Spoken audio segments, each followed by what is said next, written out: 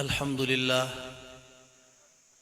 لله وكفى وسلام على عباده الذين اصطفى خصوصا على سيد الرسل وخاتم الأنبياء وعلى آله وأصحابه وأهل بيته الذين هم أوفوا عهده. أما بعد فأعوذ بالله من الشيطان الرجيم. بسم الله الرحمن الرحيم.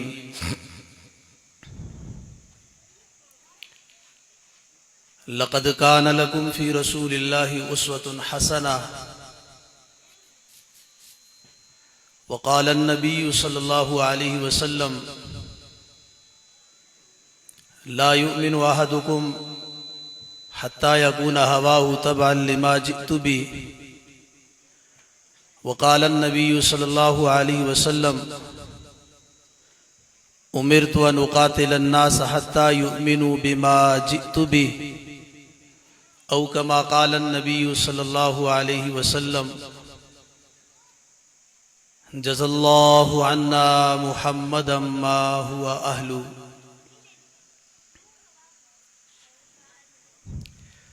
ہمارے اس مل بیٹھنے کا آج کے اس اجتماع کا عنوان سیرت النبی صلی اللہ علیہ وسلم ہے.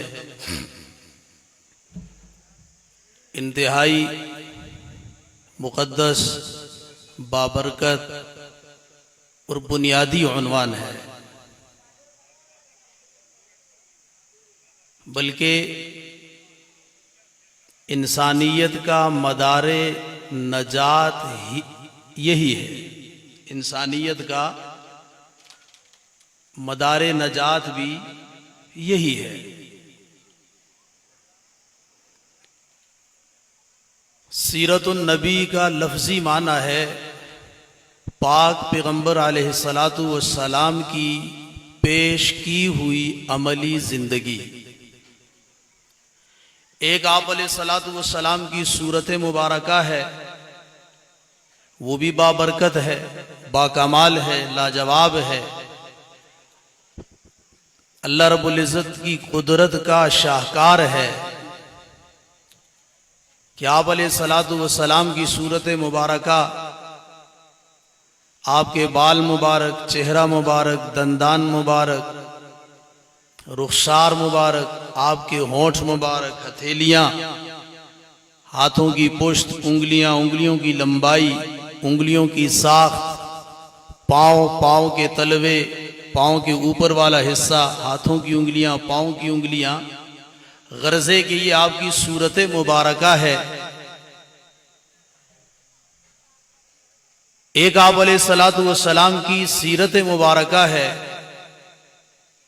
کہ آپ علیہ الصلاۃ والسلام نے بالخصوص اعلان نبوت کے بعد اور بالعموم آپ کی پیدائش ہی سے آپ کی سیرت کا آغاز ہے، لیکن بالخصوص اعلان نبوت کے بعد جو آپ صلی اللہ علیہ وسلم نے اللہ تعالیٰ کی وحی، اللہ تعالیٰ کی تعلیمات کی روشنی میں جو عملی زندگی آپ نے پیش فرمائی، اس کو سیرت طیبہ کہا جاتا ہے. اور آپ صلی اللہ علیہ وسلم نے مومن ہونے کے لیے، مسلمان ہونے کے لیے اس کو ماننا، اس کو تسلیم کرنا شرط قرار دیا ہے. لا یؤمن احدکم حتی یکون ہواہ تبعا لما جئت بی. آپ علیہ السلام نے فرمایا کوئی آدمی اس وقت تک مومن کہلانے کا مستحق نہیں ہے، وہ اس لائق نہیں کہ اپنے آپ کو مومن کہے، جب تک کہ جو کچھ میں لے کے آیا ہوں، اس کی خواہشات، اس کی چاہتیں، اس کی ضروریات، اس کے مسائل، اس کی ہر چیز میری لائی ہوئی تعلیمات، میری دی ہوئی عملی زندگی کے تابع نہ ہو جائے، فرمایا اس وقت تک وہ آدمی اپنے آپ کو مومن کہلانے کا حق نہیں رکھتا. اور دوسری طرف مسلم شریف کی حدیث امرت ان اقاتل الناس حتی یؤمنوا بما جئت بہ، میں ان کافروں کے ساتھ اس وقت تک قتال جہاد لڑائی کرتا رہوں گا، مجھے یہ حکم دیا گیا ہے یہاں تک کہ جو کچھ میں لایا ہوں یہ اس کو تسلیم کر لیں، یہ اس پہ ایمان لے آئیں. آپ علیہ الصلوۃ والسلام کی دیگر احادیث مبارکہ ان کا اگر مطالعہ فرمائیں غور کے ساتھ تو یہ بات بالکل واضح ہوگی کہ آپ علیہ الصلوۃ والسلام نے جو دعوت پیش کی اس دعوت میں ایک تو عقیدہ توحید کے بارے میں، اللہ کی ذات و صفات کے بارے میں آپ نے دعوت دی.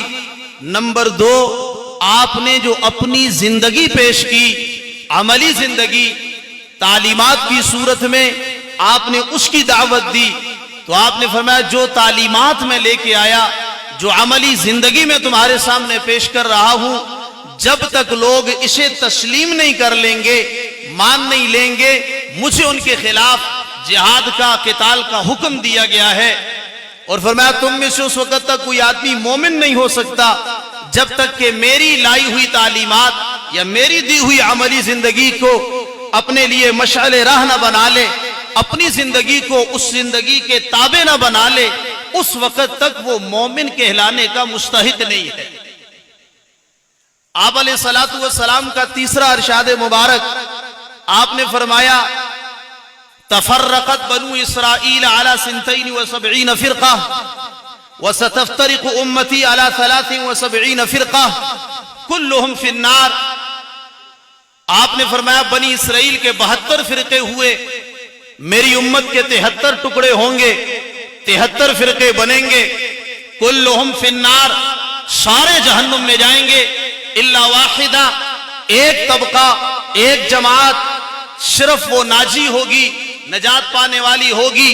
قیل من ہم یا رسول اللہ، پوچھا گیا اللہ کے رسول ان 73 فرقوں میں سے، 73 جماعتوں میں سے، طبقات میں سے وہ ایک کون سی جماعت ہے جو نجات پائے گی اور باقی 72 ساری کی ساری جہنم میں جائیں گی؟ آپ علیہ الصلوۃ والسلام نے فرمایا ما انا علیہ و اصحابی، وہ ان لوگوں کا طبقہ قیامت تک کے لیے وہ سارے لوگ اس جماعت میں شامل ہیں، قیامت تک آنے والا ہر وہ انسان اس میں شامل ہے جو ما انا علیہ، میرے طریقے پہ، وہ اصحابی، میری تیار کی ہوئی جماعت صحابہ کے طریقے پہ میں نے جو عملی زندگی چھوڑی، جو شخص قیامت تک اس عملی زندگی کو اختیار کر لے گا، وہ اصحابی، اور میری تیار کی ہوئی جماعت صحابہ نے جو عملی زندگی چھوڑی ہے، جو اس عملی زندگی کو اختیار کرے گا قیامت تک کے لیے وہ شخص نجات پانے والوں میں ہوگا. اپنا نام جو مرضی ہے رکھے، اپنے آپ کو جس نام کے ساتھ مرضی ہے تعبیر کرے، نجات پانے کے لیے دار و مدار پیغمبر نے اپنی زندگی، اپنے تیار کی ہوئی جماعت صحابہ کی زندگی کو قرار دیا ہے. اسی طرح قرآن پاک کی آیت یوم تبیض وجوہ وتسود وجوہ کی تفسیر میں علامہ سیوطی نے تفسیر منصور میں در منصور میں کئی روایات نقل کی ہیں. ان روایات میں ابو سعید خدری کی روایت ہے رضی اللہ عنہ، فرمایا قیامت کے دن بہت سے چہرے تر و تازہ چمکتے روشن ہوں گے، بہت سے چہرے کالے سیاہ تاریک ہوں گے. پوچھا گیا کون ہوں گے؟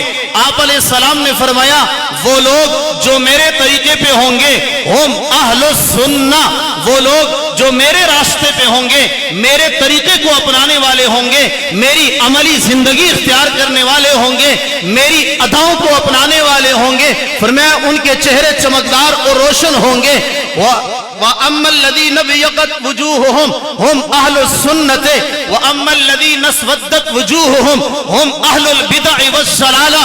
فرمایا وہ لوگ جو میرے طریقے کو چھوڑ کے، میری سنت کو چھوڑ کے، میرے راستے کو چھوڑ کے، میرے دیے ہوئے عمل کو چھوڑ کے، میری اداؤں کو چھوڑ کے نت نئے طریقے اپنائیں گے، اپنے باپ دادا کے طریقے پہ چلیں گے، ماحول معاشرے کو ترجیح دیں گے، رسم رواج کو ترجیح دیں گے، قوم قبیلے کی بات کریں گے، جماعت پارٹی کی بات کریں گے، جی ہاں آگے بڑھ کے کہتا ہوں اپنے مسلک کی بات کریں گے، نہیں ہمارا مسلک تو یہ ہے، ہماری جماعت تو یہ ہے، ہماری پارٹی تو یہ ہے، میری ادا سامنے آ گئی، میرا طریقہ آ گیا، میری سنت آ گئی، میرا عمل آ گیا، اس کے بعد بھی اپنی قوم کی بات کرے، اپنے قبیلے کی بات کرے، اپنے علاقے رسم رواج کی بات کرے، اپنی جماعت پارٹی کی بات کرے، مقابلے میں جب قوم قبیلے کی بات کرے گا، فرمایا ہم اہل البدع والضلالہ، قیامت کے دن ان لوگوں کے چہرے کالے سیاہ اور تاریک ہوں گے۔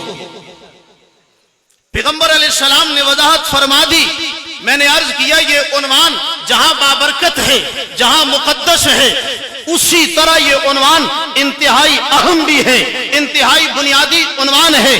پاک پیغمبر نے اسی عنوان کو، میں تعبیر اختیار کرتا ہوں، الفاظ پیغمبر کے نہیں ہیں، تعبیر اختیار کرتا ہوں، مفہوم یہ ہے پیغمبر نے اسی عنوان کو مدار نجات قرار دیا ہے۔ آپ علیہ السلام نے فرمایا قیامت کے دن سفید چہرے، چمکدار چہرے ان کے ہوں گے جو، بولیے نا، میرے راستے پہ ہوں گے، میرے طریقے پہ ہوں گے، میری اداؤں پہ ہوں گے، جو عمل میں نے چھوڑا صبح سے لے کے شام تک، جتنے معاملات پیش آتے ہیں شام سے صبح تک، سر کے بالوں سے لے کے پاؤں کے ناخن تک، پیدائش سے لے کے وفات تک، چوکیدار سے لے کے صدارت کی کرسی پہ بیٹھنے والے تک، گاؤں اور محلے کے غریب ترین آدمی سے لے کے بڑے سے بڑے جرگوئی تک، زندگی کے جتنے معاملات پیش آتے ہیں، کوئی معاملہ قیامت تک انسانی زندگی میں پیش آنے والا ایسا نہیں ہے جس کے اندر میرے آپ کے محبوب پیغمبر نے اپنی ادا نہ چھوڑی ہو۔ کامل ہے، مکمل ہے، ادائیں چھوڑی، طریقے چھوڑے، عمل چھوڑا، تعلیم چھوڑی، اور جو ان آپ علیہ السلام کی حیات مبارکہ میں جن چیزوں کا موقع نہ بن سکا، اس کے لیے پیغمبر نے اپنی جماعت چھوڑی ہے۔ 110 ہجری میں پیغمبر علیہ السلام کے آخری صحابی کا انتقال ہوتا ہے۔ 110 سالہ اصحاب پیغمبر کی زندگی کو میرے پاک پیغمبر نے معیار بنا کے چھوڑا ہے۔ فرمایا من یعیش منکم بعدی وسیرى اختلافا کثیرا، میرے بعد جو لوگ زندہ رہو گے بڑے بڑے اختلافات ہوں گے۔ آج آپ بھی دیکھتے ہو ہر آدمی تبصرہ کرتا ہے، ہر آدمی مبشر بن بیٹھا ہے، پڑھا لکھا ہے یا ان پڑھ ہے، آلو چھولے بیچتا ہے یا ڈگری ہولڈر ہے، لیکن وہ مبشر بن کے بیٹھا ہے۔ عجیب بڑے اختلافات ہیں، کس کی بات مانے، کس کے پیچھے چلے، یہ جان چھڑانے والی بات ہے، یہ حجت بازی ہے۔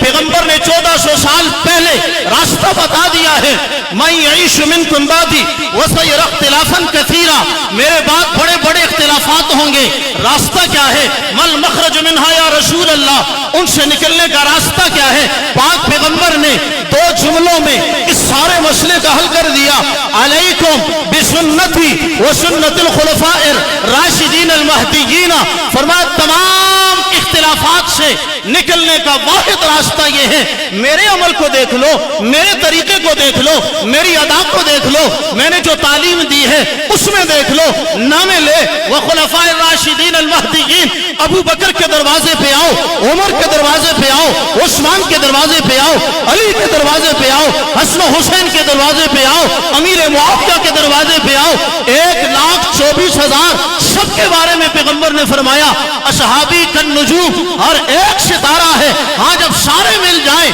اصحاب پیغمبر کا اجماع اور اتفاق ہو جائے، اس کی حیثیت چاند کی بن جاتی ہے۔ بات ادھر نکل گئی، میرے پیغمبر نے اپنی تیار کی ہوئی جماعت صحابہ کے بارے میں صاف فرمایا، اگر میرے عمل میں تمہیں نمونہ نہ ملے، میری ادا تمہیں نہ ملے، اس کی کوئی بھی وجہ ہو سکتی ہے۔ فرمایا میرے خلفائے راشدین کی اداؤں کو لو، اور کیسے لو؟ بس آخری بات ہے، فرمایا تمسکوا علیہا وعزوا علیہا بالنواجذ، مولوی صاحب بات تو آپ کی ٹھیک ہے، سنت ہی تو ہے نا. ہاں کیا ہے؟ اور جب تو یہ جملہ کہتا ہے مولوی صاحب آپ کے استاد محترم علماء کرام جب یہ فرماتے ہیں دیکھو شادی میں یہ کام نہ کرو، دیکھو فوتگی میں یہ کام نہ کرو، اپنے لباس وضاقتہ میں یہ کام نہ کرو، دیکھو اڑوس پڑوس کے معاملات میں یہ کام نہ کرو، زمین جائیداد کی تقسیم میں یہ معاملات نہ کرو، یتیم بھتیجے بھتیجیوں بھانجے بھانجیوں کے ساتھ یہ معاملات نہ کرو. مولوی صاحب بات آپ کی ٹھیک ہے، قوم قبیلہ بھی تو ہے، مولوی صاحب برادری، مولوی صاحب علاقہ، تو ٹھیک ہے پھر اپنے آپ کو اہل برادری کہو، اپنے آپ کو اہل علاقہ کہو. کیا نام ہے؟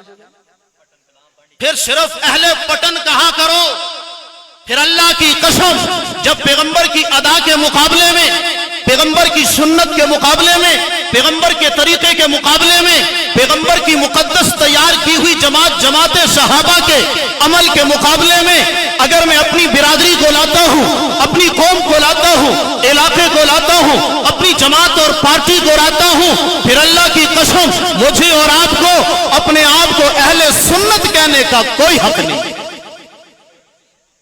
اگر یہ بات غلط ہے، نہیں، اگر یہ بات آپ سمجھتے ہو مولوی صاحب نے جذبات پہ کہہ دی ہے، کوئی شخص بھی کھڑا ہو کے کہہ سکتا ہے مولوی صاحب تھوڑے جذبات اولے رکھو.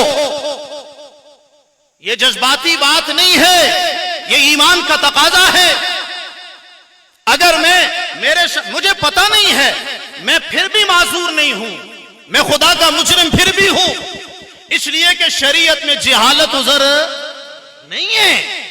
ہر مسلمان پہ اتنا علم فرض ہے جس سے پاکی ناپاکی، حلال حرام، جائز ناجائز کا پتہ چلے، شرک کفر ایمان کیا ہے، ہر مسلمان پہ جہالت عذر نہیں ہے.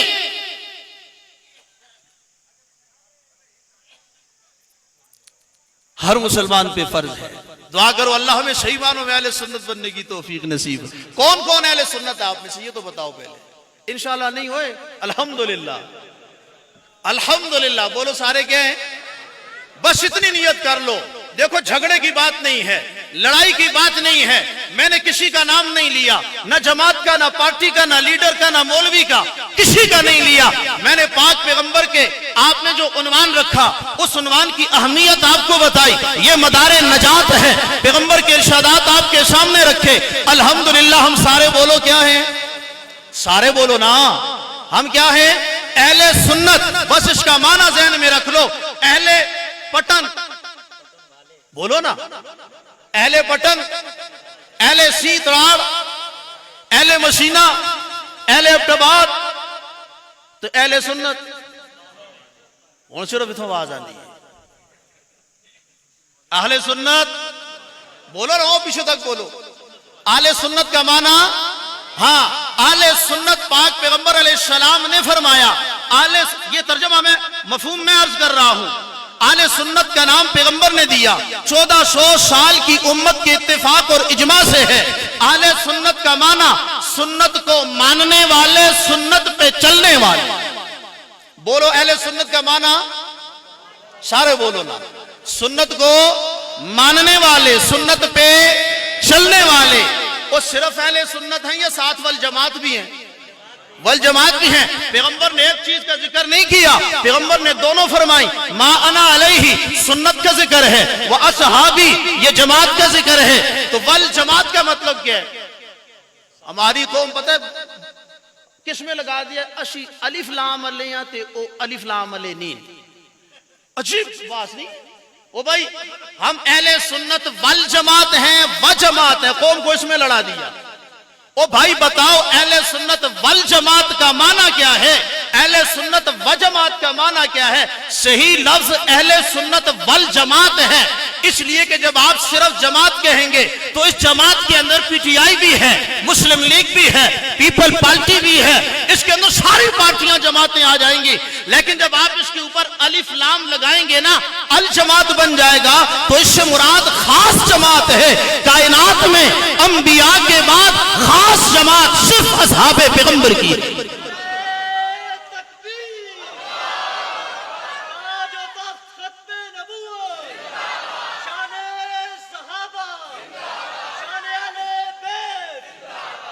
والجماعت سے مراد بولو پیپل پارٹی، نون لیگ، جمعیت علماء اسلام، دیوبندی، بریلوی، اہل حدیث. ہاں پوری ذمہ داری سے کہہ رہا ہوں.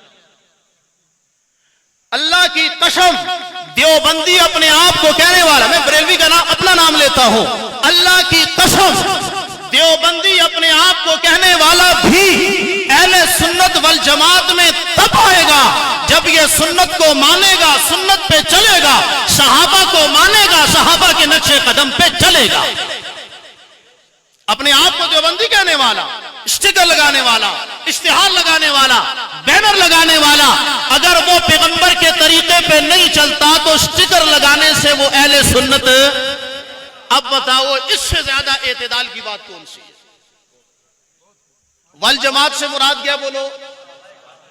بولو نا. وہ جتھے پیچھے چاول رکھے دے تو آواز نہیں آتی. والجماعت سے مراد کیا ہے؟ سارے بولو. والجماعت سے مراد جماعت صحابہ ہے. تو اہل سنت کو ماننے والا، سنت پہ چلنے والا. والجماعت جماعت صحابہ کو ماننے والا اور جماعت صحابہ کے نقش قدم پہ چلنے والا. اللہ مجھے اور آپ کو صحیح معنوں میں اہل سنت والجماعت بننے کی توفیق نصیب فرمائے. سارے آمین کو. میں نے کسی خاص پارٹی جماعت کی دعوت نہیں دی ہے. رات کو جا کے صرف 2 منٹ کے لیے میرا ہر نوجوان دوست ساتھی، میرا ہر بزرگ اپنے بستر پہ جا کے 2 منٹ کے لیے سوچنا، اہل سنت والجماعت نجات پانے والی جماعت ہے، لیکن اہل سنت والجماعت ہے کون؟ سنت ماننے والا، سنت پہ چلنے والا، جماعت صحابہ کو ماننے والا، جماعت صحابہ کے نقش قدم پہ چلنے والا. اللہ مجھے آپ کو صحیح معنوں میں اہل سنت والجماعت کے اندر شامل ہونے کی توفیق نصیب فرمائے.